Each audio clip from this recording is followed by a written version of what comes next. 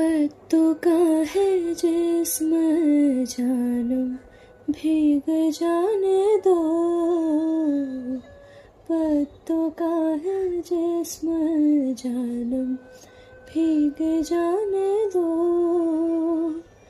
পাতা ঝরা বৃষ্টি বলো কেন এনেছো, পাতা ঝরা বৃষ্টি বলো কেন এনেছো, पत्तों का है जिस्म जानम भीग जाने दो।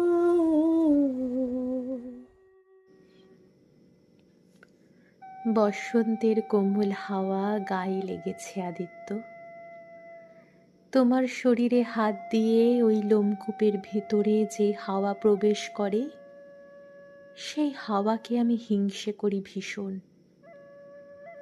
তোমাকে আমি ছুতে না পারলে কারোরই ছোঁয়ার অধিকার নেই। গাছের পাতাগুলো ঝরে আবার নতুন পাতা গজাচ্ছে দেখো আদিত্য, ঠিক তোমার মতো।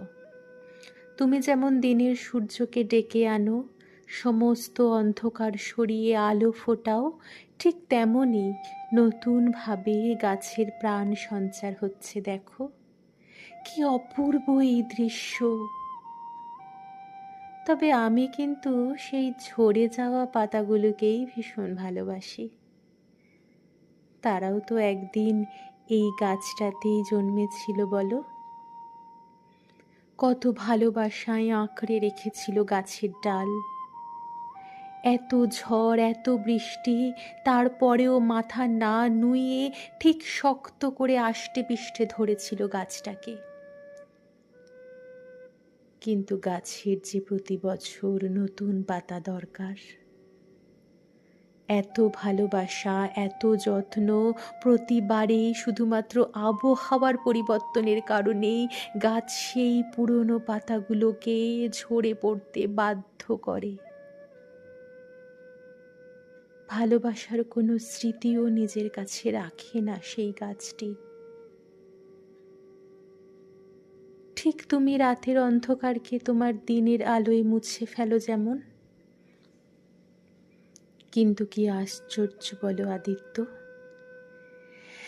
এই রাতটা না থাকলে তোমার এই ঝলমলে আলোর কোনো পরিচয়ই হতো না। রাত তোমার দেহ স্পর্শ করে বলেই ভোরের বেলা তোমাকে এতটা সুন্দর, এতটা প্রাণোচ্ছল লাগে।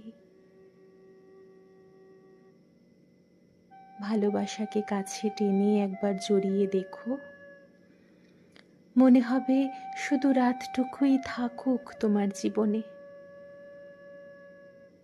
ঠিক যেমন আমি খোয়াই ভালোবাসি, স্পর্শ করি সেই গাছের পাতাগুলোকে আর তাদের স্বাধীন হওয়ার আনন্দ উদযাপন করি।